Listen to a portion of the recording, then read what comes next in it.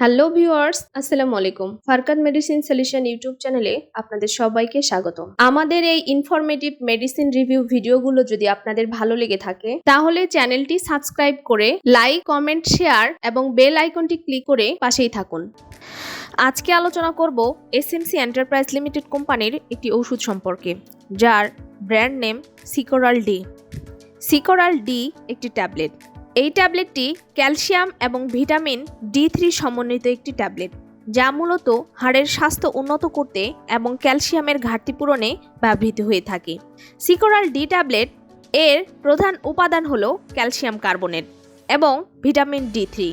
এই ওষুধটি ক্যালসিয়ামের ঘাটতি, হাড়ের দুর্বলতা এবং ভিটামিন ডি3 এর অভাবজনিত সমস্যাগুলোর চিকিৎসায় ব্যবহৃত হয়ে থাকে। কোরাল উৎস থেকে সংগৃহীত ক্যালসিয়াম মানুষের হাড়ের গঠনের সাথে সাদৃশ্যপূর্ণ, যা এটিকে অন্যান্য উৎসের তুলনায় বেশি কার্যকর এবং শোষণযোগ্য করে।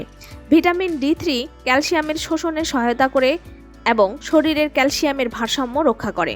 সিকোরাল ডি ট্যাবলেট আমরা কেন ব্যবহার করব? সিকোরাল ডি ট্যাবলেট ব্যবহার করা হয় মূলত শরীরে ক্যালসিয়াম এবং ভিটামিন ডি এর ঘাটতি পূরণের জন্য। এটি হাড় ও দাঁতের স্বাস্থ্য রক্ষায়, হাড়ের ক্ষয় প্রতিরোধে এবং ভিটামিন ডি3 এর বিভিন্ন অবস্থায় যেখানে ক্যালসিয়াম ও ভিটামিন ডি3 এর প্রয়োজন হয় সেখানে কার্যকর।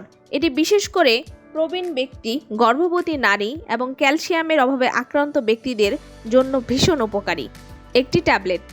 সিকোরাল ডি ট্যাবলেট আমরা কখন ব্যবহার করব? সিকোরাল ডি ট্যাবলেট অস্টিওপোরোসিস, হাড়ের ক্ষয় রোধে, ক্যালসিয়ামের অভাবে হাড় নরম হয়ে যাওয়ার সময়, শিশুদের মধ্যে ক্যালসিয়াম ও ভিটামিন ডি এর অভাবে হওয়া রোগ প্রতিরোধ করার জন্য, অতিরিক্ত ক্যালসিয়াম ও ভিটামিন ডি3 এর চাহিদা পূরণে, প্যারাথাইরয়েড হরমোনের কম উৎপাদনের কারণে ক্যালসিয়ামের অভাব হলে এটি অ্যান্টাসিড হিসেবে বুক জ্বালা, টক ঢেকুর বা পাকস্থলীর অস্বস্তি উপশমে ব্যবহৃত হয়ে থাকে। সিকোরাল ডি ট্যাবলেট কী কাজে ব্যবহার করব? হাড় ও দাঁত শক্ত করা, ক্যালসিয়ামের হাড় ও দাঁতের গঠন মজবুত করে এবং ক্ষয় রোধ করে, ক্যালসিয়াম শোষণে সহায়তা করে থাকে। ভিটামিন ডি3 অস্ত্রে ক্যালসিয়ামের শোষণ বাড়ায়, হাড়ের বৃদ্ধি ও রক্ষণাবেক্ষণ করে থাকে, অস্টিওপোরোসিস এবং সংশ্লিষ্ট জটিলতায় সহায়তা করে থাকে, অ্যাসিডিটি নিয়ন্ত্রণ করে, অ্যান্টাসিড হিসেবে পাকস্থলীর অ্যাসিডিটি কমায়, স্নায়ু ও মাংসপেশির কার্যকারিতা বজায় রাখে, ক্যালসিয়াম স্নায়ু এবং মাংসপেশির সঠিক কার্যকারিতায় গুরুত্বপূর্ণ ভূমিকা পালন করে থাকে। সিকোরাল ডি ট্যাবলেট ব্যবহারে কি কি উপকার পাওয়া যায়?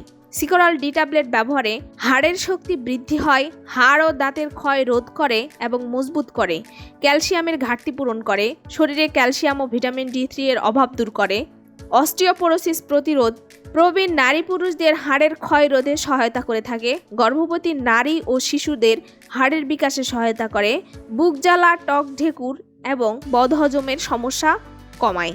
সিকোরাল ডি ট্যাবলেট গর্ভাবস্থায় খাওয়া যাবে কিনা? হ্যাঁ, সিকোরাল ডি ট্যাবলেট গর্ভাবস্থায় এবং স্তন্যদানকালীন সময়ে চিকিৎসকের পরামর্শ অনুযায়ী ব্যবহার করা যায়। এটি গর্ভবতী নারীদের ক্যালসিয়াম এবং ভিটামিন ডি এর অভাব পূরণে সহায়তা করে।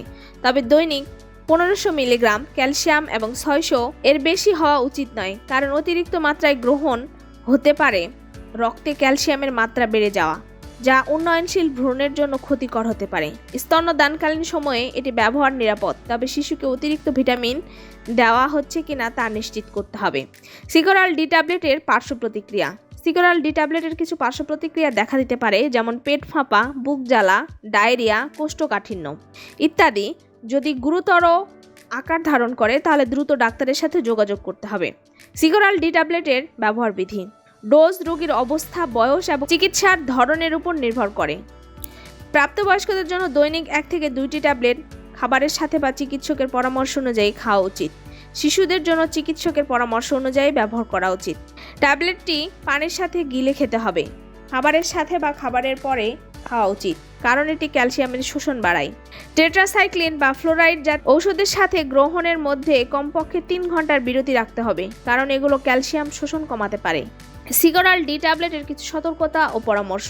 এই ওষুধ ব্যবহারের আগে অবশ্যই চিকিৎসকের সাথে পরামর্শ করতে হবে, বিশেষ করে গর্ভাবস্থা, স্তন্যদান বা কিডনি লিভারের সমস্যা থাকলে।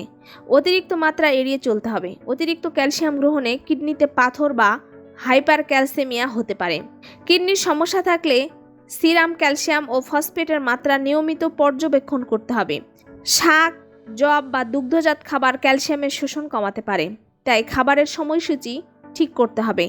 মদ্যপান এড়িয়ে চলতে হবে। মদ্যপান তন্দ্রাভাবের পার্শ্ব প্রতিক্রিয়া বাড়াতে পারে। তন্দ্রা বা মাথা ঘোরার মতো পার্শ্ব প্রতিক্রিয়া হলে গাড়ি চালানো বা ভারী যন্ত্রপাতি পরিচালনা করা থেকে বিরত থাকতে হবে। আপনার যদি কোনো পার্শ্ব প্রতিক্রিয়া বা অস্বাভাবিক লক্ষণ দেখা দেয় তবে তাৎক্ষণিকভাবে চিকিৎসকের সাথে যোগাযোগ করতে হবে।